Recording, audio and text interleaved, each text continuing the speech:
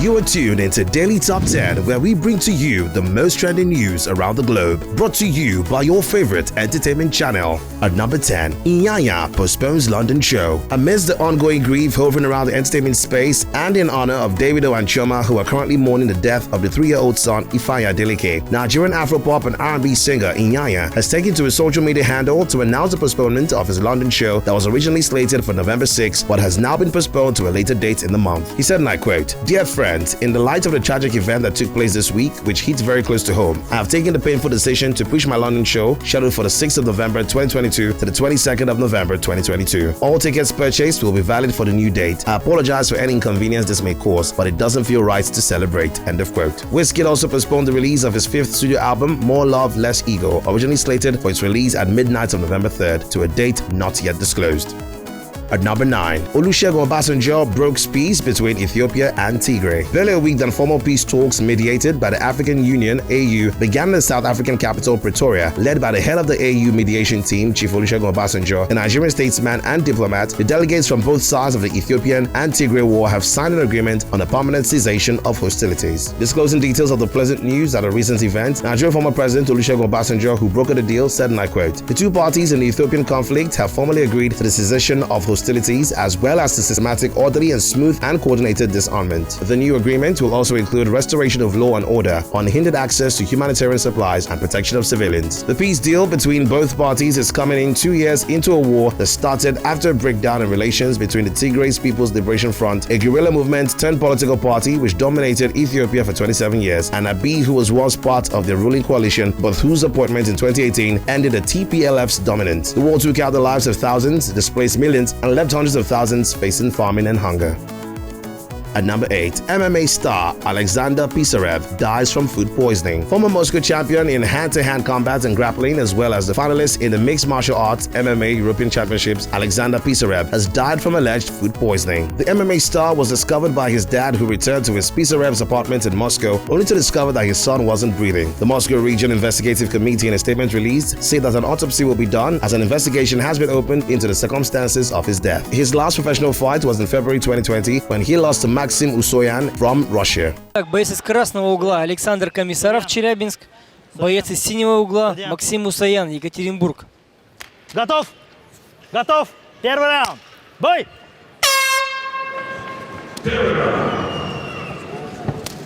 Так, Александр начинает с лоу-кика. Да, и попадание. попадает левой в челюсть. Да, немножечко повело Максима от этого попадания. Вот вроде пришел в себя немножко. Да, Ой, тяжелый пропуск. Очень жесткий хайкик. И времени еще очень много. Да, но опять же он дал немного времени Максиму Усояну восстановиться, и тот пытается вот сейчас забрать его ноги. Да, но смыкается захват на шее, возможно будет попытка проведения удушающего приема. Да, запрыгивает, затягивает гард Александр. Да, и пытается задушить. Да, грамотно защищается Максим. Да, но сейчас оказывается он внизу, сейчас будет пытаться атаковать ногу, забирать пятку и пытается провести скрутку пятки Александру. Очень активная борьба, очень сложное сейчас положение. А прошла только минута вот да, сейчас. И вот Максим пытается сделать футлок, а Александр пытается скрутить пятку.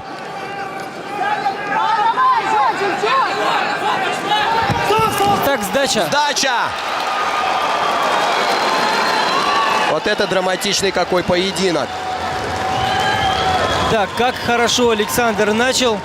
Да, какие два мощных удара пропустил Максим Усоян, да, но смог собраться и провести болевой прием Александру Комиссарову. Ну, будем надеяться, что Александр не получил травмы при проведении этого приема. Да, мы видим, сам обескуражен Александр, он не ожидал такого вот развития. Но, тем не менее, это смешанное единоборство, и тем они интересны, что исход никогда, ну, очень тяжело, так скажем, предвидеть, предсказать, как закончится этот поединок. Да, вот мы смотрим тяжелый, вот эти вот, да, мощнейшие удары от Александра.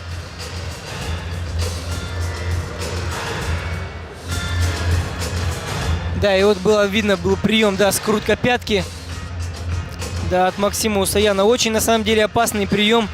Если там перетерпеть, это может привести вообще к катастрофическим последствиям.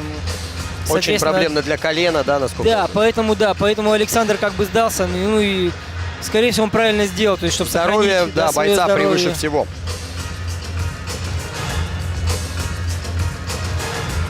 Что ж, можно поздравить, наверное, уже Максима Усаяна с победой болевым приемом. Уважаемые дамы и господа, в этом поединке на 1 минуте 10 секунде первого раунда победу болевым приемом досрочно одержал Максим Усаян!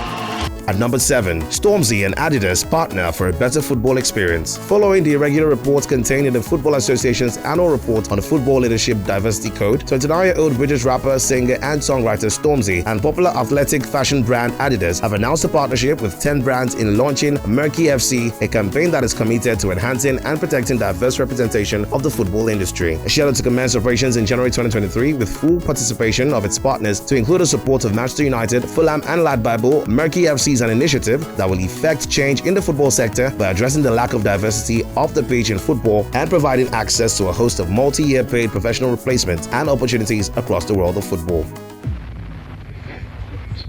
Research commissioned by Adidas reveals a shocking lack of black representation within the wider football industry. Enough.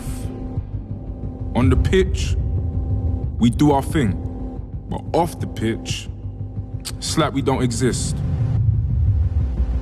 That's all about to change. Welcome to Murky FC, a project I've created with Adidas to give young black people opportunities within the beautiful game.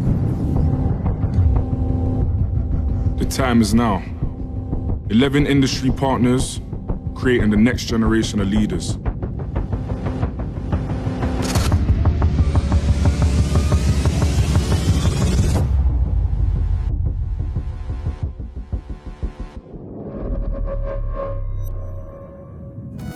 At number 6, former Twitter CEO Dorsey set to launch new social media application. Former Twitter co-founder Jack Dorsey has revealed that he's about launching a new social media application after selling Twitter to the world's richest man, Elon Musk. According to Dorsey, the new app Blue Sky will be a competition to any company trying to own the underlying fundamentals for social media or the data of the people using it.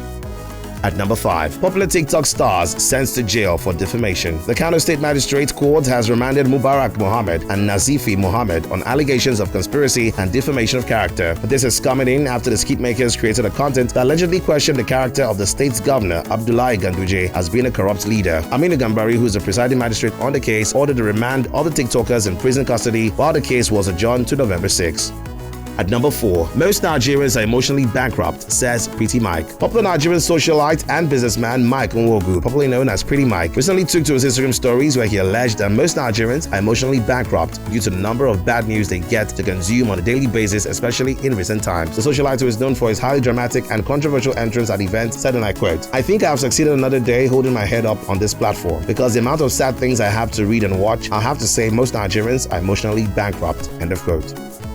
At number 3, Switzerland, Singapore, and Denmark rank top 3 on global competitiveness. According to the latest report of the Global Talent Competitiveness Index, as authored by the academic director of GTCI, Felipe Montero, and Bruno Lanvin, a distinguished fellow and co-founder of Portland's Institute, Switzerland and Singapore have retained their leading position as the top 2 most talent competitive countries, with the United States of America dropping 1 spot to number 4 and being replaced by Denmark at the 3rd position. In order to meet key sustainable development goal, Lanvin said, and I quote, "Providing girls with equal opportunities to access schools and women with equal opportunities to access leading positions are now 2 critically important ways to reduce talent inequalities." The post-COVID researchers who attributed the success of the top nations on the global ranking is as a result of coming up with creative initiatives that propel continued national growth and development, as well as equal global talent landscape and opportunities granted to females at all levels. At number 2, Nigerian woman becomes General of the United States of American Army. Born in London, United Kingdom to Nigerian parents, Amanda Azubike, who joined the U.S. Army in 1994 and became an aviator, has been decorated as a Brigadier General of the United States Army. Describing Amanda as one with great leadership qualities, the U.S. Army Future Command Commander General James Riney stated that she makes everyone around her better. A big congratulations to the Brigadier General. At number 1, Davido bags 2022 Afro Award. The annual Afro Award, which is created to support people who have demonstrated exceptional humanitarian excellence in various fields and has honored over 5,000 persons at the core front of humanitarianism and philanthropy in both African and American communities, has in a recent statement released names of honorees of this year's edition of the award ceremony set to hold in Los Angeles, California, and will be hosted by VHC's Love and Hip Hop star Masika Kalisha. As part of the honorees of the award is the First Lady of Sierra Leone, Mrs. Fatima Mada, founder and CEO of Pan-African Film Festival Ayuko Babu, renowned journalist Sheye Kehinde, Dr. Dre's son Curtis Young, Afro Nation CEO of Rocky R&P Entertainment, business consultant and humanitarian Dr. Lance McCarthy, His Royal Majesty Obayisa Olushola Onanio, and of course, Nigeria's finest, Davido. Interestingly and also very well deserving, while going through a grieving stage, award-winning Afrobeats megastar David Adeleke, popularly known as Davido, the Osun State Governor-elect Senator Ademola Adeleke, and legendary African drummer Chief Tajuddin Amo Adeleke have also been listed as recipients of the award.